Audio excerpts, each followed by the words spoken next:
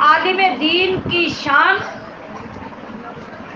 پرہیزگار نمازی حاجی لوگوں کے اندر اس طرح ہے جس طرح تمام مخلوق کے اندر میری شان ہے. یہ اللہ کے نبی فرما رہے ہیں جس طرح تمام نبیوں میں اور تمام لوگوں میں میری شان ہے اس طرح عالم دین کی شان ہے. تو عزیزات محترم، آج کی آپ کی جو یہ محفل ہے، آپ کو اچھی طرح معلوم ہے کہ ہم یہ چاہ رہے ہیں آپ کے علاقے میں، اس گھر میں آپ کے لیے دین کو سمجھنے کا، قرآن کو درست کرنے کا کچھ ایسا انتظام ہو جائے جس سے آپ خود بھی اور آپ کی نئی نسل، نیو جنریشن، جو بچیاں جوان ہو رہی ہیں، 8-10 سال کی ہو گئی ہیں یا 20-25 سال کی ہو گئی ہیں اور ابھی دین کے قریب نہیں آئی، ان کے لیے یہ کوشش کی جائے کہ ان کی عمر کے مطابق مختصر وقت میں ان کے لیے دین کی تعلیم کا انتظام کیا جائے، اور جب وہ اتنا علم حاصل کر کے آگے بڑھیں، ان کے اندر شوق اور محبت پیدا ہو، تو پھر وہ باقاعدہ قرآن کو سیکھنے، قرآن کا ترجمہ اور فقہی اور شرعی مسائل کو سیکھنے کے قابل ہو جائیں. آپ کے علاقے کے اندر دین کی روشنی پیدا ہو جائے، اللہ اور اس کے رسول کو راضی کرنے کا سامان ہو جائے. کیا آپ سمجھتے ہیں کہ آپ کے علاقے کو اس بات کی ضرورت ہے؟ بتائیے. کیا آپ سمجھتے ہیں کہ اولادوں کو ضرورت ہے؟ آپ کو خود ضرورت ہے؟ اللہ کے نبی نے ارشاد فرمایا کہ جو بندہ اگر پہلی عمر میں، بچپن میں، جوانی میں قرآن نہیں پڑھ سکا، اب بڑھاپے میں آ کے اس کو احساس ہوا کہ میں نے تو بڑی غلطی کی اور بڑا نقصان کر لیا، زندگی ضائع کر لی، اب اگر بڑھاپے میں وہ بندہ قرآن پڑھنے لگ جاتا ہے تو یقینی بات ہے کہ اب اس کا ذہن، اس کی زبان بچپن کی طرح تو نہیں ہے، جوانی کی طرح بھی نہیں ہے.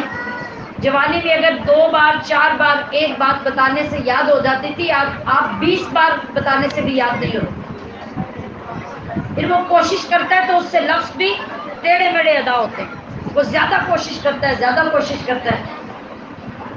تو اللہ کے نبی نے فرمایا کہ جوان کو قرآن پڑھنے کا بے شمار ثواب ہے. بچے کو قرآن پڑھنے پر اتنا اجر ملتا ہے اور اتنی رحمت خداوندی جوش میں آتی ہے کہ جس وقت زمین پر چھوٹا سا بچہ معصوم زبان کے ساتھ پڑھتا ہے نا بسم اللہ الرحمن الرحیم، تو ان الفاظ کی وجہ سے اللہ اس کے باپ کی قبر پر سے عذاب اٹھا لیتا ہے. اس کے باپ کی قبر پہ اللہ رحمتیں نازل کرنا شروع فرما دیتا ہے صرف بسم اللہ پڑھنے پر. تو سوچئے جب وہ پورا قرآن پڑھے گا تو پھر کتنی رحمتیں برسیں گی.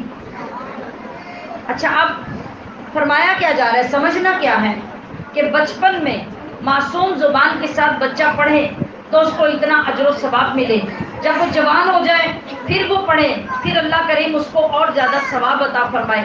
اب جو بوڑھا بندہ جو بات اب اس طرح سمجھتا نہیں، لفظ ادا کرتا ہے، کر نہیں سکتا، مگر اب محبت پیدا ہو گئی قرآن کی، اب وہ چاہتا ہے کہ جیسے تیسے میں کچھ نہ کچھ قرآن سیکھوں. تو اللہ کے نبی فرماتے ہیں کہ وہ گھبرائے مت، بلکہ وہ خوش ہو جائے کہ جتنا ثواب جوان کو ملے گا، جتنا ثواب بچے کو قرآن پڑھنے کا ملے گا، بوڑھے بندے کو قرآن سیکھنے کا اس سے بھی دوہرا ثواب اللہ عطا فرمائے. اور اگر وہ قرآن پڑھتا پڑھتا، قرآن سیکھتا سیکھتا مر گیا اسی حالت میں، تو اس کا نام دین کے طالب علموں میں لکھا جائے گا. اور آخرت میں جا کے قبر میں اللہ کے نبی فرماتے ہیں کہ رب فرشتوں سے فرمائے گا کہ میرا یہ بوڑھا بندہ یا میری بوڑھی بندی میرے قرآن سے محبت کرتے کرتے مر گیا ہے، جاؤ تم قبر میں بھی جا کے اس کو قرآن پڑھاؤ. کتنی لطف اندوز ہونے والی بات ہے، کتنی نفع والی بات ہے کہ آپ خود بھی، آپ کی اولادیں بھی، اولادوں کی اولادیں بھی، یہ سارے اس راستے پہ چل پڑے، اپنے قرآن کو درست کریں، دین کے وہ مسائل سیکھیں جن کے ساتھ آپ کی نماز درست ہوتی ہے، جن کے ساتھ آپ کے قرآن کی تلاوت درست ہوتی ہے، جن کو سیکھنے کے بعد آپ زندگی کے آداب جینا سیکھ لیتے ہیں اور آقا علیہ الصلوۃ والسلام کی سنتوں کا علم حاصل ہو جاتا ہے، یہ ہماری زندگی کا مقصد ہے۔ اور یہ سعادت آپ کی جھولی میں ڈالنے کے لیے ہم یہ کوشش کر رہے ہیں آج کی یہ محفل پاک اس افتتاح کے لیے کہ اس نئے گھر میں اللہ کا کلام پڑھایا جائے، اللہ کے قرآن کی تعلیم دی جائے، اور آپ اس سے اپنے دامن بھریں، اپنے سینے منور کریں، اپنے بچوں کو آپ کے اس طرف لانے۔ اور کہنے کا یہ مطلب نہیں کہ آپ اسکول چھوڑ دیں، آپ کالج چھوڑ دیں۔ ہر بچہ جو کالج پڑھ رہا ہے وہ کالج پڑھے، جو اسکول پڑھ رہا ہے وہ اسکول پڑھے، لیکن آپ آغاز کہاں سے کریں؟ آپ کے اسکول اور کالجز میں ابھی چھٹیاں ہونے والی ہیں، آپ ان چھٹیوں میں اپنے بچوں کا وقت ضائع ہونے سے بچائیے اور اس میں آغاز کیجئے کہ وہ ان 2-3 مہینوں میں ایک نئی زندگی کے راستے پہ چل کر، دین کی روشنی میں چل کر اپنے آپ کو منور کریں اور وہ تعلیم لے کے آپ کے گھروں میں پہنچے جس سے آپ کو علم ہو کہ واقعی اللہ کی رحمتیں دین کے اندر کس قدر زیادہ ہیں۔ اس تعلیم سے آپ کے گھروں میں کتنی رونق آتی ہے، کتنی رحمت نازل ہوتی ہے، اللہ پاک کی کتنی کرم نوازی اترتی ہے۔ یہ راستہ ہی اصل عزت کا راستہ ہے، یہ راستہ ہی اصل سرخروئی کا راستہ ہے۔ تو عزیزات محترم، آج اس محفل پاک میں آپ جو آئے ہیں، کئی لوگ وہ ہیں جن کے بچے پہلے سے پڑھ رہے ہیں، کئی وہ لوگ ہیں جو رمضان المبارک میں ہمارے پاس تشریف لاتے رہے ہیں اور پورے رمضان میں سنتے رہے ہیں کہ ہمارا مقصد کیا ہے اور دین کو آگے بڑھانا ہمارے لیے کتنا ضروری ہے۔ اور کچھ وہ لوگ بھی ہوں گے جو آج پہلی مرتبہ تشریف لائے ہیں۔ آپ سب کی خدمت میں میری یہ گزارش ہے کہ غفلت، جہالت کی زندگی سے توبہ کر کے اپنے نبی کے دامن میں آنے کا وعدہ فرمائیے، تاکہ جو وقت ہمارا بعد میں رہ گیا ہے، اور کتنا رہ گیا ہے اس کے بارے میں تو ہمیں کچھ علم نہیں۔ ہمیں یہ بھی علم نہیں کہ ہم جو بیٹھے ہوئے ہم کھڑے ہو سکیں گے یا نہیں، ہمیں یہ بھی علم نہیں کہ ہم یہاں سے اپنے گھر پہنچ سکیں گے یا نہیں، اور ہمیں یہ بھی نہیں علم کہ 50 سال تک ہم جیتے رہیں گے، مریں گے ہی نہیں۔ ہمیں کسی بات کا کچھ علم نہیں۔ لہذا سعادت مندی یہ ہے کہ جب اللہ کے دین کی عزت اور عظمت کا ہمیں علم ہو گیا اور ہمیں معلوم ہو گیا کہ یہ راستہ ہمارے لیے کتنی عزت اور عظمت کا راستہ ہے، ہمیں اس پہ چلنے میں دیر نہیں کرنی چاہیے۔ میری آپ سے